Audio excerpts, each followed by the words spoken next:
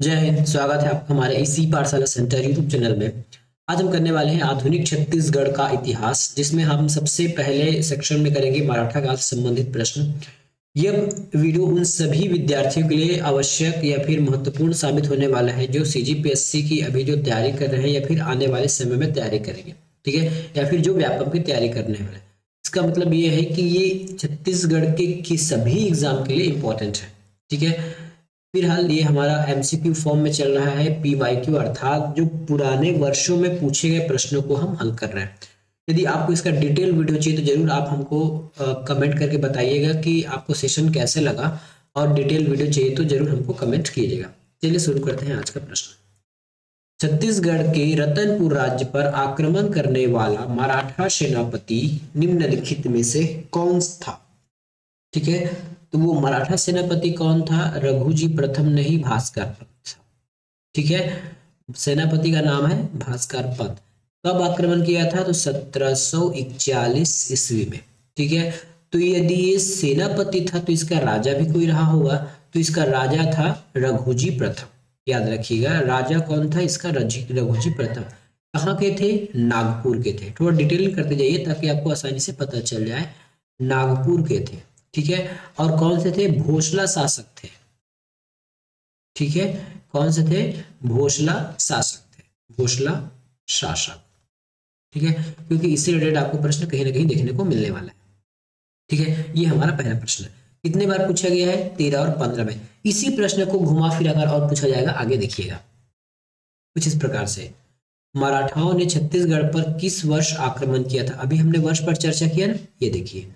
तो एक फैक्ट से याद रखने पर आपको कई फैक्ट और कई आप प्रश्न बना सकते हो। कितने बार पूछा गया है? 2014 लाइब्रेरियन में और 2008 में भी इसको पूछा गया है। 1741 ईस्वी में रतनपुर राज्य पर नागपुर के किस भोसला शासक के समय भास्कर पंत ने आक्रमण किया? मतलब हमारे पास भास्कर पंत नाम तो याद आ गया, क्योंकि ये उसका क्या था? सेनापति था। अब राजा का नाम पूछा जा रहा है, तो रघुजी प्रथम, द्वितीय, तृतीय या फिर अप्पा साहेब। तो उस समय थे हमारे रघुजी प्रथम।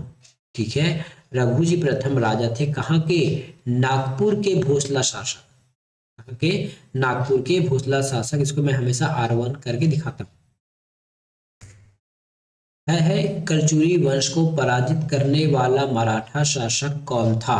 अब उसके वंश के नाम से प्रश्न पूछ दिया गया। ठीक है, सिंधिया नहीं थे, होलकर नहीं थे, होयसाल नहीं थे, या फिर होलकर नहीं था।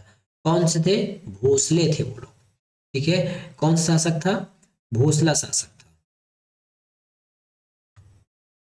निम्नलिखित कथन को पढ़िए। नागपुर के राजा रघुजी भोसला के सेनापति भास्कर पंत ने रतनपुर पर आक्रमण किया। ठीक है, कहाँ आक्रमण किया? रतनपुर पर आक्रमण किया। तो ये बिल्कुल सही है। रतनपुर राज्य की सेना ने मराठों की सेना से युद्ध किया, ये गलत बात है। रतनपुर का राजा युद्ध करते हुए मारा गया, ये भी गलत बात है।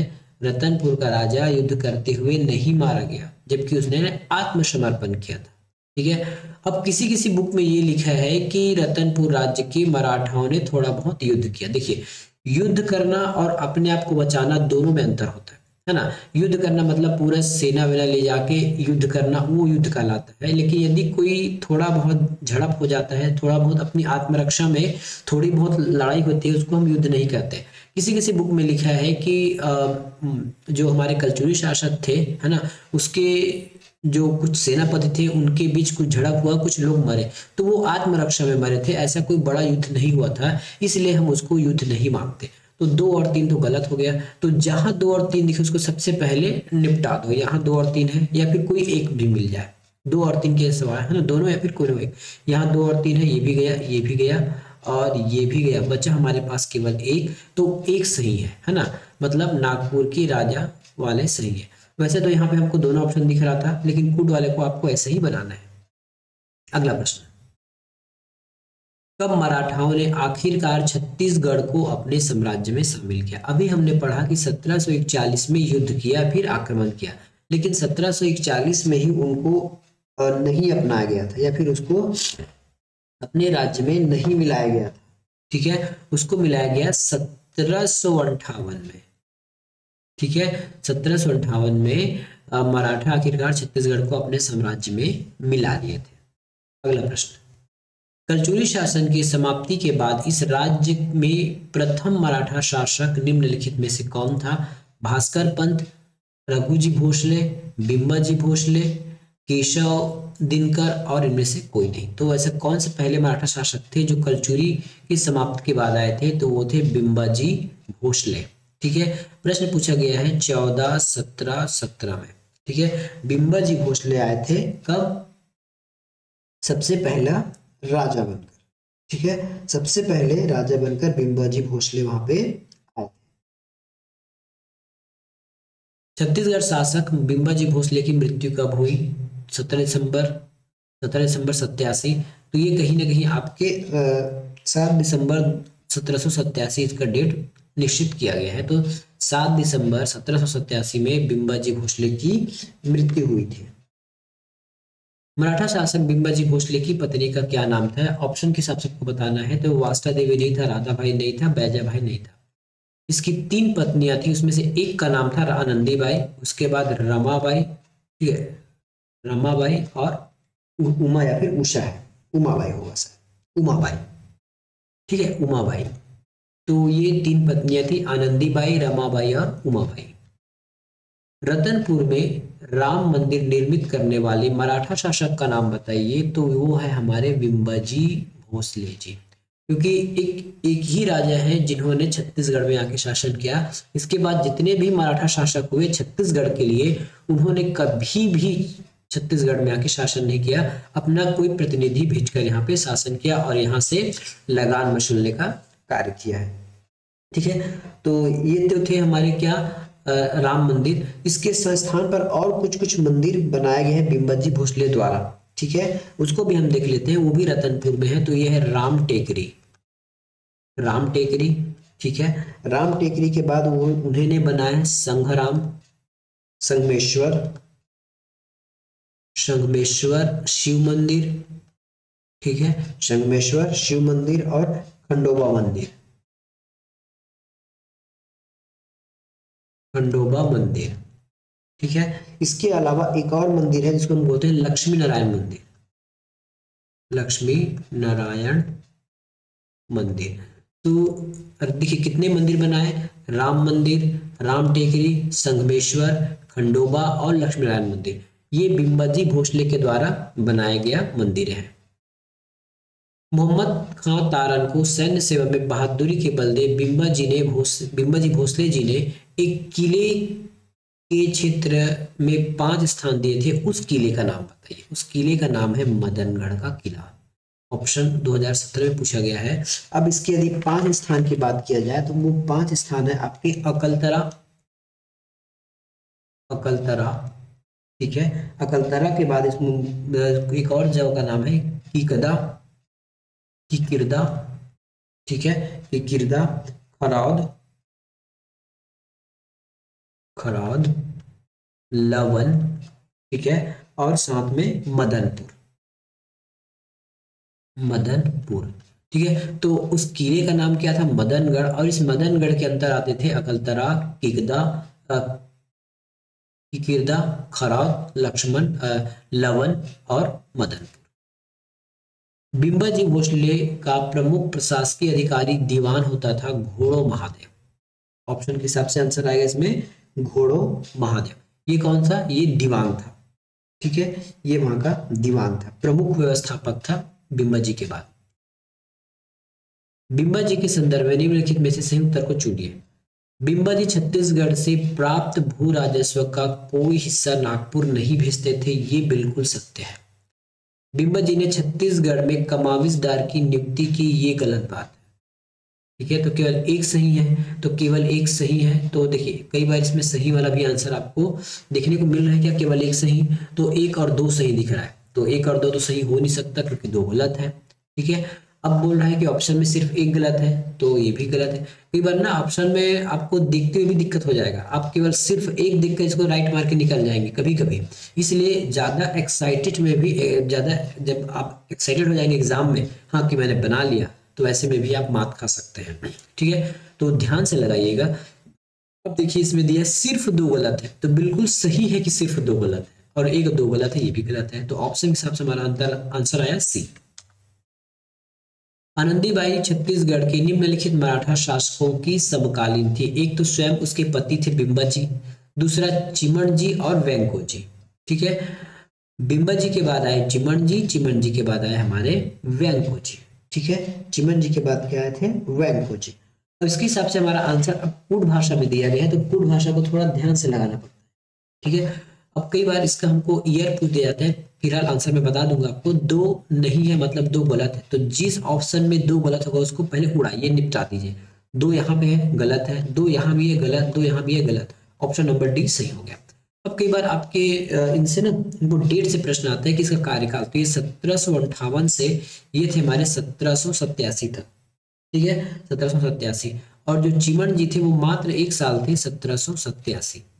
ठीक है, 1787 और फिर 88, मिनिमम एक दिन, अब एक साल। और वेंको जी थे हमारे 1788 से, है ना, 1811 तक इनका कार्यकाल रहा।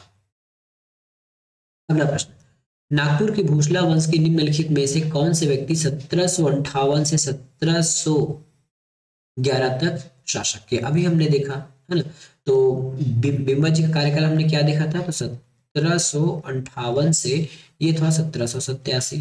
ठीक है, उसके बाद हमने एक चिमन जी देखा था, चिमन जी का कार्यकाल देखा था 1787 से 88। ठीक है, और वेंको जी का देखा था 1788 से इतना 1811। ठीक है, इसके हिसाब से अब मधु जी तो पहली बात है ना, एक तो आप ऐसे एलिमिनेट कर सकते हैं, दूसरी बात ये है कि मधु जी को कभी भी छत्तीसगढ़ का शासन मिला ही नहीं था। ठीक है, तो आप ऐसा भी आंसर लगा सकते थे। ज्यादा अच्छा हो कि आप पूरा डिटेल पता हो, अगर डिटेल नहीं भी पता है और थोड़ा बहुत छूट मूट पता है कि मधु जी कभी छत्तीसगढ़ के शासन में उनका भागीदारी था ही नहीं, तो जहां एक दिखे उसको सबसे पहले निपटाइए। एक हमको कहाँ दिख रहा है, एक इस ऑप्शन में है, निपटा दीजिए। एक इस ऑप्शन में है, एक इसमें भी है और एक इसमें भी है, बचा हमारे पास क्या, ऑप्शन नंबर बी। ठीक है, तो इस प्रकार आपको स्मार्ट तरीके से भी प्रश्नों को सॉल्व करने आना चाहिए।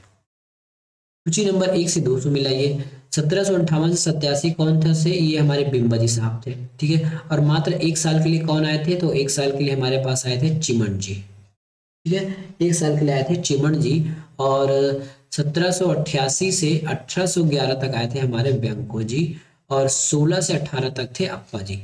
चार आपको नाम याद रखना है। ठीक है, इसके बाद हम डिटेल में और आगे पढ़ेंगे। ठीक है, तो आप यहाँ से ऑप्शन से लगा सकते हैं। अ का हो जाएगा हमारा दो, तो अ का दो कहाँ पे है, अ का दो केवल ऑप्शन नंबर बी में है, बाकी इधर क्या है, कोई लेना देना नहीं। ऑप्शन हमारा आंसर यही होने वाला है, लिख के ले लीजिए। तो ऐसे स्मार्ट तरीके से आपको सॉल्व करने। अब एग्जाम में एक एक दिखते मत बैठिएगा कि ब का चार कहाँ पे, ऐसा नहीं। अ का दो मिल गया ना, किसी और ऑप्शन में तो दो नहीं है, तो पक्का हमारा यही ऑप्शन होगा। छत्तीसगढ़ में मराठा शासन में निम्नलिखित में से कौन सी शासन प्रणाली लागू थी? जमींदारी व्यवस्था, सामंती व्यवस्था, सूबा व्यवस्था या फिर स्थानीय व्यवस्था? याद है, सूबा व्यवस्था लागू थी। सूबा व्यवस्था होता क्या है, ये देखिए, ये हमारा छत्तीसगढ़ है, मैं टूटा फूटा एक मैप बना लेता हूँ, ये हमारा छत्तीसगढ़ है, और यहाँ पे कहीं नागपुर है। ठीक है, यहाँ पे कहीं नागपुर का शासन है, ये हो गया हमारा नागपुर का शासन। ठीक है, अब बिंबा जी के मृत्यु के बाद, बिंबा जी के मृत्यु के बाद यहाँ के राजा कोई भी यहाँ आके राज्य नहीं करते थे। ठीक है, यहाँ पे छत्तीसगढ़ में आके कभी भी राजपाट चलाने के मूड में नहीं थे वो लोग, नहीं आते थे। ठीक है,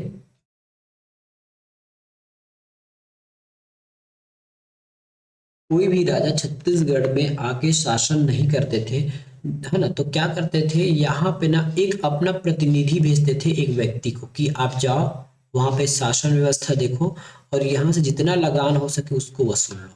ठीक है, यहाँ के किसानों से जितना चूसना है वो सब पैसा चूस के हमको दे दो। ठीक है, तो उस समय नागपुर के भोसला शासक के अंतर्गत जितने भी छत्तीसगढ़ का भूभाग था, स्वयं राजा कभी भी बिंबा जी के बाद यहाँ कोई शासन करने नहीं आए, अपना एक प्रतिनिधि भेजते थे, तुम वहां जाओ, शासन प्रशासन देखो और अपने सब शासन चलाओ, हमको केवल इतना पैसा वार्षिक दे देना। इसी को कहते हैं सूबा व्यवस्था। ठीक है, सामंती व्यवस्था जब हम जब इंडियन हिस्ट्री पढ़ाएंगे उसमें समझेंगे कि सामंती क्या होती है और जिम्मेदारी क्या होती है। छत्तीसगढ़ के राजा के नाम पर शासन करने वाले मराठा राजा का प्रतिनिधि को हम क्या कहते थे? गृहपति, सूबेदार, पेशवा या फिर लगेदार, है ना। छत्तीसगढ़ के राजा के नाम पर शासन करने वाले राजा को हम कहते थे सूबेदार। छत्तीसगढ़ के शासक किस शासक भोसले के शासनकाल में इस राज्य में सूबा व्यवस्था लागू किया गया, है ना। तो बिम्बा जी तो स्वयं आए थे, तो इसके कार्यकाल में हुआ नहीं है। चिमन जी केवल 1 साल के लिए थे, इसके कार्यकाल में कुछ नहीं हुआ। उसके बाद आए हमारे वेंको जी। वेंको जी स्वयं ना आके, क्योंकि उनको नागपुर से ही समय नहीं मिलता था, या फिर वो नागपुर से आना नहीं चाहते थे, ठीक है, वो नागपुर से आना नहीं चाहते थे, इसलिए वेंको जी ने स्वयं ना आकर एक सूबेदारी व्यवस्था को प्रारंभ कर दिया कि मैं तो जाऊंगा नहीं, मैं अपना प्रतिनिधि भेजूंगा, मुझे केवल पैसे से मतलब है, छत्तीसगढ़ की जनता से वो टैक्स वसूल के मुझे दे और अपने हिसाब से शासन को चलाए। तो कौन थे उस समय के हमारे राजा? वेंको जी। प्रश्न पूछा गया 17, 13 और 17 में, 3 एग्जामों में। छत्तीसगढ़ में से कौन सी जोड़ी छत्तीसगढ़ मराठा शासन नियम से सुमेलित है? तो बिम्बा जी भोसले ने क्या किया था? तो बिम्बा जी भोसले ने क्या किया? छत्तीसगढ़ में मंदिर का निर्माण कराया, ठीक है। इसने पूछा है कि कौन सी जोड़ी सुमेलित है, आपको सुमेलित करना है ना, इसमें कोई दिक्कत नहीं है। तो बिम्बा जी भोसले छत्तीसगढ़ में निर्माण कराया, मैं इसको यहाँ पे ए लिख देता हूँ, ठीक है। वेंको जी ने क्या किया? वेंको जी ने सूबेदारी व्यवस्था लाया, वेंको जी ने सूबेदारी व्यवस्था लाया, तो ये बी हो गया। चिमन जी भोसले, परसो जी भोसले और अप्पा साहब भोसले, ठीक है। अब ये प्रश्न हमको देखना है, सर ये प्रश्न कुछ घुमा के पूछा है, ये बोला है कि कौन सी जोड़ी सुमेलित है, बस सुमेलित पूछ रहा है, तो इसके हिसाब से तो बी सुमेलित है, केवल बी सुमेलित है, बाकी नहीं, है ना। केवल सुमेलित, सॉरी सुमेलित पूछा गया इसमें, है ना। तो ठीक है, बी सुमेलित है, वेंको जी सूबा शासन लाए थे, ठीक है, तो ये सही है, हमको बस जोड़ी नहीं मिलाना था इसमें। मराठा शासन के अंतर्गत छत्तीसगढ़ में सूबा व्यवस्था का अधीन प्रथम सूबेदार कौन था? तो प्रथम सूबेदार थे इसमें हमारे महिपत राव दिनकर, महिपत राव दिनकर। मैंने इसमें एक कोड बनाया है, वैसे मैं डिटेल क्लास पढ़ाऊंगा तो जरूर बताऊंगा, मैं कुछ कोड बनाया उसको देख लिए, बी के, है ना, के, उसके बाद मैं बनाए BBSY, ठीक है। तो एम से हो जाएगा महिपत राव, वी से हो जाएगा विट्ठल, बी से हो जाएगा भवानी कालू, के से हो जाएगा केशव गोविंद, बी से एक है बीका जी, है ना, और एक है बीको जी पेंड्री अलग और बीका जी है, लास्ट का ये सीताराम हरी और ये है यादव दिन, ठीक है। तो ये इसका क्रमवार संख्या है, कम से कम 8 हुए हैं, ठीक है। प्रथम कौन है? महिपत राव दिनकर।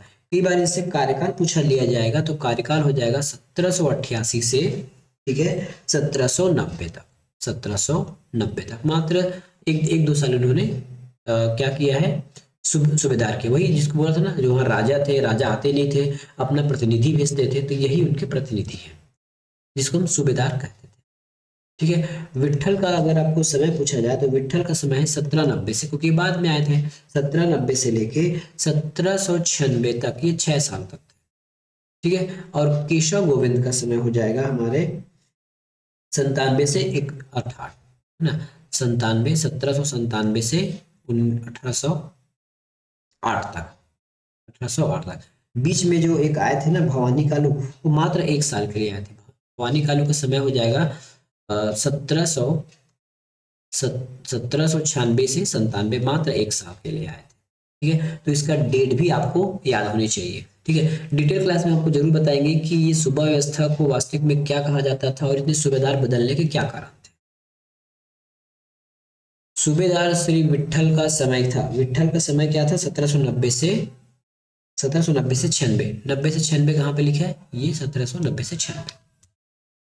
सूबा व्यवस्था के अंतर्गत इस राज्य में मराठा सूबेदारों का मुख्यालय था रतनपुर, रायपुर नहीं लगाएंगे, रतनपुर का मुख्यालय रहता था। फॉरेस्टर किसके समय पर आया था? तो फॉरेस्टर आया था महिपत राव के कार्यकाल में। फॉरेस्टर मतलब एक कोई अंग्रेज होते थे, जब आपको पता कि अंग्रेज बहुत उत्सुक थे और वो कुछ लिखना चाहते थे, कुछ खोजना चाहते थे, तो वो जहां जहां उनका उपनिवेश होता था ब्रिटिश का, वहां पे घूमते थे और गांव-गांव, घर-घर या फिर शहरों में घूमकर पूरा अपना डाटा तैयार करते थे। तो यही थे फॉरेस्टर अधिकारी, ठीक है। कैसे याद करेंगे? एम के बाद एफ आता है, MF, है ना, एम एफ, इसको क्या से याद करेंगे, कोई एक लैब बना लीजिए, जैसे होता है ना एम आर एफ या एम आर एफ टायर होता है, उसी प्रकार का आप इसको याद रख लीजिए एम एफ, है ना।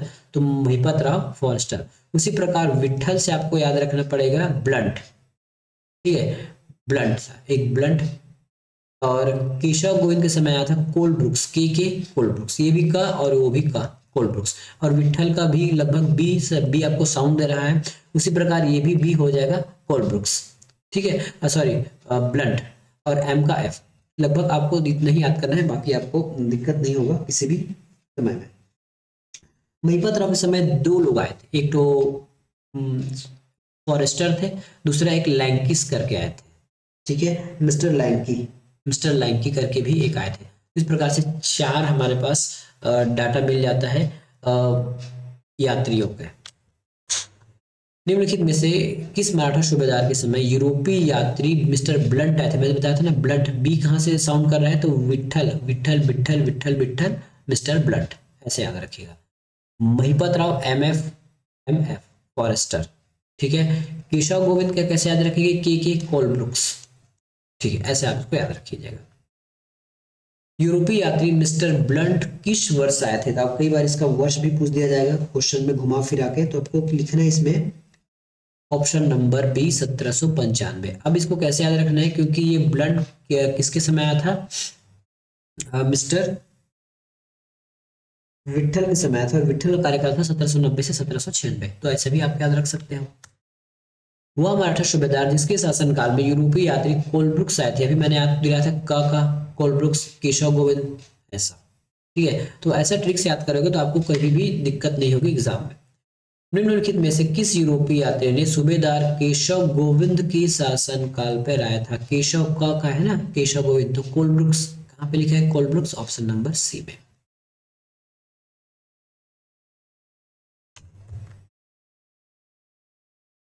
छत्तीसगढ़ में मराठा प्रभुत्व शासन काल में निम्नलिखित में से किस सूबेदार के समय पिंडारियों का उपद्रव प्रारंभ हुआ? ठीक है, पिंडारियों का उपद्रव प्रारंभ हुआ, तो वो थे बीका जी के समय। बीका जी के समय पिंडारियों का उपद्रव एकदम चरम पे था, ठीक है। तो बीका जी का जो कार्यकाल है वो है 1806 से 1810। बीका जी को कार्यकाल है 1806 से 1810 है। इसी के कार्यकाल में जो जो पिंडारी है उनका जो उपद्रव काल था माना जाता है 1806 से 1810 के समय। छत्तीसगढ़ में पिंडारियों का भय कब से कब तक रहा? कब से कब तक रहा? तो 1806 से 1810 तक रहा। छत्तीसगढ़ में अंतिम मराठा सूबेदार कौन था? अभी हमने याद किया था क्या ट्रिक से, क्या याद किया था, एम, है ना, महिपत राव, फिर उसके बाद कौन आया था, विट्ठल, विट्ठल के बाद हमने क्या लिखा, भवानी केशव, है ना। उसके बाद हमने क्या याद किया था ट्रिक इसमें, एम बी वी के कोलब्रुक्स, ठीक है। उसके बाद क्या किया था, बी बी एस वाई याद रखा था, तो वाई से हो जाएगा हमारा यादव राव दिनकर। कहीं पे है क्या Yadav Rao Dinkar? Option number A में, ठीक है, ऑप्शन नंबर ए में। फिर से मैं आपको याद दिला दूं, एम से होगा महिपत राव, वी से होगा आपका विट्ठल, बी से होगा भवानी कालू, और के से होगा आपका केशव गोविंद, ठीक है। बी से आपका एक है बीका जी, और ये होगा बीको जी, ठीक है। और एक है आपका सखा हरिराम, और ये यादवराव दिनकर। तो ऐसे याद रखिएगा, हमारे पास लगभग 8 सूबेदारों की नाम हमको पता है। निम्नलिखित में से कौन सी जोड़ी छत्तीसगढ़ में मराठा सूबेदार और उनकी उपलब्धि विशेषता बतलाती है? महिपत राव ना, सुमेलित नहीं है बोल रहा है, तो महिपत राव आनंदित बाई से संघर्ष किया, केशव गोविंद पिंडारियों की से रक्षा किया, बीकाजी सरगुजा छत्तीसगढ़ से हस्तक्षेप किया, विट्ठल परगना प्रगति का प्रारंभ किया, शकाराम हरि बस्तर जमींदारी का आक्रमण किया। इसमें से एक सुमेलित नहीं है, बस यही बताना है कि आपको इसमें से सुमेलित कौन सा नहीं है। इसमें सुमेलित है कि सखाराम हरि बस्तर जमींदारियों का आक्रमण था, ये गलत है, मतलब यही हमारा आंसर सही है। तो यदि ऐसा प्रश्न आता है ना, तो आप कुछ और एक्स्ट्रा याद कर सकते हो, जैसे महिपत राव ने आनंदी बहन से सत्ता का संघर्ष किया, ठीक है, ये आपने एक नया बात जाना। दूसरा, केशव गोविंद ने पिंडारियों का आक्रमण से रक्षा किया, ठीक है, पिंडारियों के आक्रमण से रक्षा किया। अभी हमने एक और देखा था कि कोई बीका जी थे उसके समय, ठीक है, लेकिन उस समय चरम स्थिति पर था, लेकिन इन्होंने आक्रमण से रक्षा किया, कौन? केशव गोविंद। बीका जी जो है सरगुजा जमींदारी से हस्तक्षेप किया, बीका जी गोपाल जो है सरगुजा जमींदारी से हस्तक्षेप किया। विट्ठल ने परगना पद्धति व्यवस्था किया। आगे हम इसके बारे में बात करेंगे कि परगना पद्धति क्या होता है। मराठा शासनकाल में छत्तीसगढ़ में सूबा व्यवस्था के संबंध में निम्न में से कौन सा कथन सत्य है? सूबेदार छत्तीसगढ़ के स्वतंत्र मराठा शासक होते थे क्या? बिल्कुल नहीं, उसके प्रतिनिधि होते थे जो टैक्स वसूल कर देते थे। या ये कहा जाए कि छत्तीसगढ़ को ठेका में लेते थे कि हम ठेका में लेते हैं, इतना पैसा साल भर रखो, अब हम छत्तीसगढ़ पर राज करेंगे, ठीक है। लेकिन स्वतंत्र मराठा शासक नहीं होते थे। सूबेदार नागपुर के भोसला शासक के प्रतिनिधि थे, ये बिल्कुल सही है। सूबेदार छत्तीसगढ़ में स्थित भोसला शासक के अधिकारी होते थे, ठीक है। अब देखिए, अब इसमें जो कुछ कंफ्यूजन वाला डेट आ गया, ठीक है। अब पीएससी ने या फिर इसको सीजीपीएससी ने आंसर ले लिया इसको, ठीक है, लेकिन उसको प्रतिनिधि नहीं माना है, उसको अधिकारी माना है, ठीक है। प्रतिनिधि न मानकर उसको अधिकारी मतलब अपना एक नौकर भेजा, ऐसा मान के चलते। तो ऑप्शन नंबर बी गलत हो जाएगा। सूबेदार का पद वंशानुगत होता था? नहीं, जो ज्यादा पैसा देता था वो आता था सूबेदार नया बन के। निम्नलिखित शाखा को पढ़िए। छत्तीसगढ़ के प्रथम सूबेदार महिपत राव के समय शासन में सारी शक्तियां आनंदीबाई के हाथों में थी। सूबेदार विठल दिनकर ने शासन में परगना पद्धति लागू किया। सूबेदार बीकाजी गोपाल के समय छत्तीसगढ़ में पिंडारियों ने लूट की, ठीक है। तो इसका आंसर हो जाएगा 1 2 3 तीनों सही है। 1 2 3 तीनों सही है, तो ए बी 1 2 3 सही है। छत्तीसगढ़ में मराठा प्रभुत्व के संबंध में निम्नलिखित में से कौन सा कथन असत्य है, गलत है? मराठा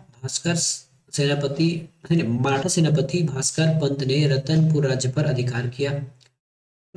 बिंबाजी भोसले ने छत्तीसगढ़ में सूबा प्रशासन आरंभ किया, ये गलत है। यही हमारा आंसर है, क्योंकि हमको गलत खोजना है। तो आरंभ कौन किया था? आरंभ तो कोई एक सूबेदार थे ना, विठल करके, उन्होंने स्टार्ट किया था, ये नहीं किया था। तो इसमें आप एक्स्ट्रा नॉलेज कहाँ से ले सकते हैं? तो महिपत राव, विठल पंडित आदि मराठा के सूबेदार थे, ठीक है। नागपुर के राजा आर थे, मतलब रघुवीर तृतीय ने जिलेदारी को व्यवस्था लाई या फिर जिलेदार नियुक्त किए, ये सही है। तो ये आपके लिए एक एक्सटर्नल डाटा हो गया। सूबेदार और उनकी घटनाओं को आपको मिलाना है। महिपत राव के समय कौन आया था? फॉरेस्टर आया था, एमएफ। मैंने आपको ट्रिक याद कराया था ना, एमएफ, इस प्रकार से। विठल का बीबी है ना, मिस्टर ब्लंट, ये विठल याद रखिए। केशव गोविंद कोलब्रुक्स के यहाँ पे का कोलब्रुक्स, इस प्रकार से। और बीकाजी गोपाल सरगुजा की रियासत के उत्तराधिकारी का प्रश्न उस समय का समस्या समाधान किए। तो अ का 2 होना चाहिए, तो अ का 2 कहाँ पे है? सभी में। चलो हम इसको हम फाइनेट नहीं कर पाए। अब उसके बाद ब का क्या है? विठल है ना, तो विठल ब्लंट, तो ब का 4 होना चाहिए। ब का 4 किस में है? तो ब का 4 ए काट दिए और डी काट दिए, है ना। कुछ आप ऐसे भी, अगर आपको एक एक चीज याद है तो आप ऐसे भी बना सकते हो, ठीक है। उसके बाद द का 1, द का 3 होना चाहिए। द का 3 किस में? केवल ऑप्शन नंबर बी में, ये ऑप्शन गलत है, ठीक है। तो ऐसा भी आप ऑप्शन में क्वेश्चन सॉल्व कर सकते थे, या एक लाइन में सॉल्व करना था। तो यदि आपको याद है कि केशव गोविंद कोलब्रुक्स, है ना, स का 1 कहाँ पे है? इस प्रकार से। या फिर द को ले लीजिए, बीकाजी 3, तो बीकाजी 3, इस प्रकार से आप उसको सॉल्व कर सकते हैं।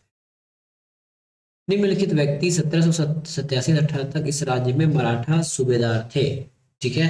1787 से 1818 तक सूबेदारी थे, जिसमें कौन सा था? हमारे आंसर हो जाएगा बी, 2 3 4, 2 3 4।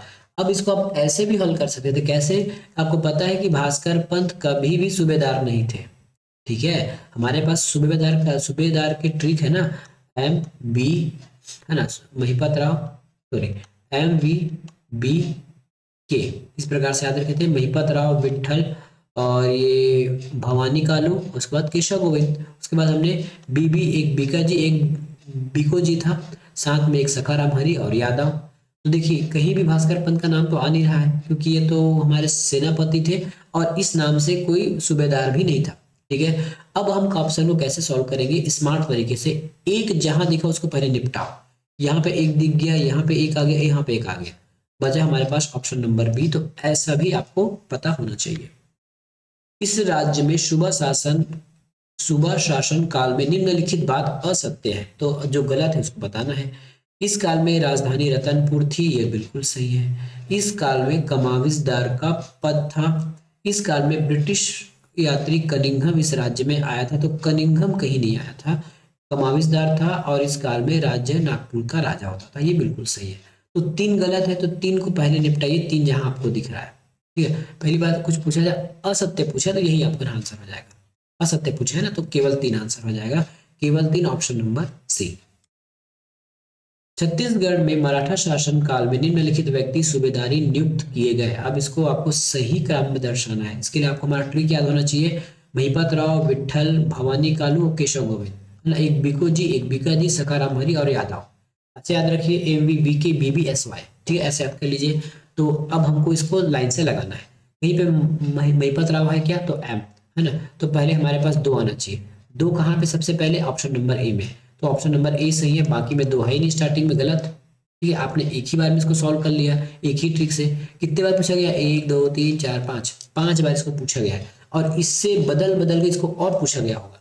तो आप केवल इस ट्रिक से पूरा बना सकते हैं, MVBK BBSY, ठीक है। और स्मार्ट तरीके से ना, जैसे हमको बी 2 स्टार्टिंग में चाहिए, 2 एक ही बार मिला है, तो बाकी को काट दीजिए, जो बचा वो आंसर। बाकी आगे मिलाने की भी आवश्यकता नहीं है। मराठा सूबेदारों का नाम कालानुक्रम से सजाइए। फिर से वही बात है ना, वही बात, क्वेश्चन आ गया। अब सजा देते हैं MVBK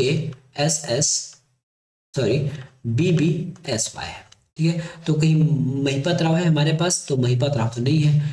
महिपत राव के बाद है हमारे पास विट्ठल, विट्ठल का नाम है तो पहले 3 लगाइए, ठीक है। विट्ठल के बाद कोई भवानी कालू है क्या, बीका जी गोपाल है, भवानी कालू नहीं है। उसके बाद हमारे पास है केशव गोविंद, तो केशव गोविंद के लिए 1 लगाइए, ठीक है। उसके बाद कौन है हमारे पास, बीका जी, कुछ में से कोई एक बीका जी होगा, है ना, जो हम लोग लिखे थे ई वाला भी कोई एक बीका जी है, तो ये 4 हो गया। लास्ट में यादव आ जाएगा, जिसको हम जदुराव के नाम से भी जानते हैं, याद रखिएगा। तो लास्ट में ये 2 आ जाएगा, 3 1 4 2, ठीक है, आंसर बन गया। किस ट्रिक से, इस ट्रिक से, याद रखिएगा, ठीक है। तो ये था आज का हमारा वीडियो, जिसमें हमने पूरे मराठा शासन के बारे में पढ़ा। इसके बाद हमारा मराठा शासन पर 2 वीडियो और आएगा, ठीक है। वो भी पूरा MCQ रहेगा, डिटेल वीडियो अभी संभावना नहीं है। यदि आपको जरूरत है तो जरूर हमको मैसेज कीजिएगा, हम उसका उत्तर आपको जरूर देंगे। मिलेंगे नेक्स्ट वीडियो में, धन्यवाद।